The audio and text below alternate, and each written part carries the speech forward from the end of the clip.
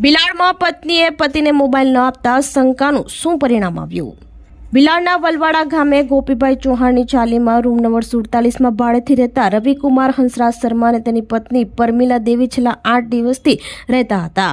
26 નવેમ્બરના રાત્રે રવિકુમારે પત્ની પર આડા સંબંધના શંકાએ ઝઘડો કર્યો હતો. ઝઘડાનું કારણ પત્નીનો મોબાઈલ જોવા ન આપવાનો મુદ્દો હતો.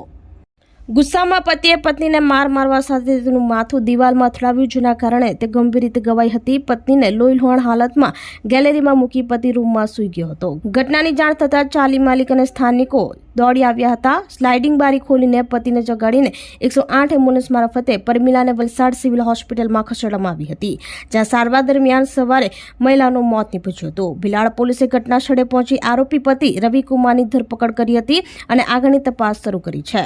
જાણકારી મુજબ આ દંપતી અગાઉ પણ બિલાડના નૂર હોટલ પાસે રહેતા હતા, જ્યાં પણ આકડા ઝઘડા થવાને કારણે તેઓને ઘરમાંથી કાઢી મૂકવામાં આવ્યા હતા. આ ઘટનાએ સમગ્ર વિસ્તારમાં ચકચાર મચાવી દીધી છે. હાલ તો બિલાડ પોલીસે આ ઘટનામાં આગળની તપાસ હાથ ધરી છે અને પતિ સામે કાયદેસરની કાર્યવાહી કરવામાં આવી રહી છે.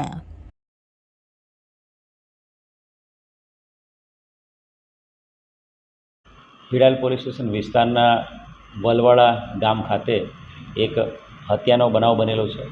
26મી નવેમ્બર 2024ના રોજ રાત્રે 10:30થી 11:30ના સમયગાળામાં એક મહિલા પરમિલા દેવી છે, એની સાથે એના પતિએ ઘર કંકાસ બાબતે ઝઘડો કર્યો હતો. રવિકુમાર હંસરાજ શર્માએ રેગ્યુલરલી એ લોકો વચ્ચે ઘરેલું કંકાસ થતો હતો અને એ દિવસે થોડો વધારે ઘરે કંકાસ થતાં એના પતિ દ્વારા એને મારવામાં આવી હતી અને મારીને લોહી લુહાણ હાલતમાં એને ઘરની બહાર ફેંકી દીધેલી હતી. વિસ્તારના જે ચાલી વિસ્તારના જે લોકો છે એમણે તાત્કાલિક પોલીસને ફોન કર્યો હતો અને 108ને બોલાવી લીધેલી હતી. 108 દ્વારા તાત્કાલિક જે ઇન્જર્ડ મહિલા છે પરમિલા દેવી, એમને CHC પર મોકલવામાં આવ્યા હતા અને CHCથી પછી ફર્ધર ટ્રીટમેન્ટ માટે એમને વલસાડ સિવિલ હોસ્પિટલ લાવવામાં આવ્યા હતા. વલસાડ સિવિલ હોસ્પિટલ ખાતે વહેલી સવારે 27મી તારીખે 7:30 વાગે એમને મૃત ડિક્લેર કરવામાં આવ્યા હતા. બનાવની ગંભીરતાને ધ્યાને રાખીને તાત્કાલિક પોલીસ કાફલો ઘટના સ્થળે પહોંચી ગયો હતો અને વલસાડ સિવિલ હોસ્પિટલ ખાતેથી એનો પતિ જે મારીને ભાગી ના જાય એના માટે તાત્કાલિક એને રાઉન્ડ અપ કરી લેવામાં આવ્યો હતો. જે આરોપી છે રવિકુમાર હંસરાજ શર્મા, એણે પોતાનો ગુનાનો કબૂલ કરેલો છે. ચાલીના આસપાસના બધા લોકોએ એ સાંજના ટાઈમે 10 વાગ્યાથી જ્યારે ઘર કંકાસ કર ત્યારથી એને જોયેલો હતો અને એણે ઘરેલું હિંસા બાબતે જે ઝઘડાના કારણે જ એને મારી નાખી છે. જે primary cause of death PM રિપોર્ટમાં આવ્યો છે એ પ્રમાણે ગળું દબાવીને અને માથાના ભાગે હેમરેજ કરીને દિવાલ ઉપર માથા પછાડીને એને મારવામાં આવી હતી. એના હેમરેજના કારણે આ પરમિલા દેવીનું અવસાન થયું છે. આરોપીના પરિવારની વાત કરીએ તો બંને જણા છેલ્લા 15 વર્ષથી મેરિડ છે.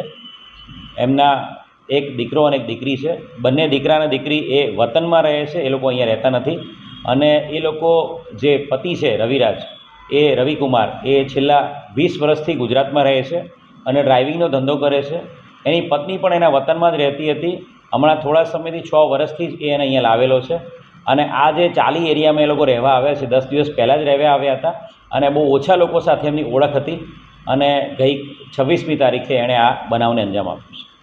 આપણી સંકલ્પ ન્યૂઝ ચેનલને સબસ્ક્રાઇબ અને લાઇક કરો, બેલ આઇકન દબાવો, જેથી આવનાર ન્યૂઝ અપડેટ્સની નોટિફિકેશન આપના મોબાઈલ પર સૌથી પહેલા પહોંચે. Like, subscribe and share the video.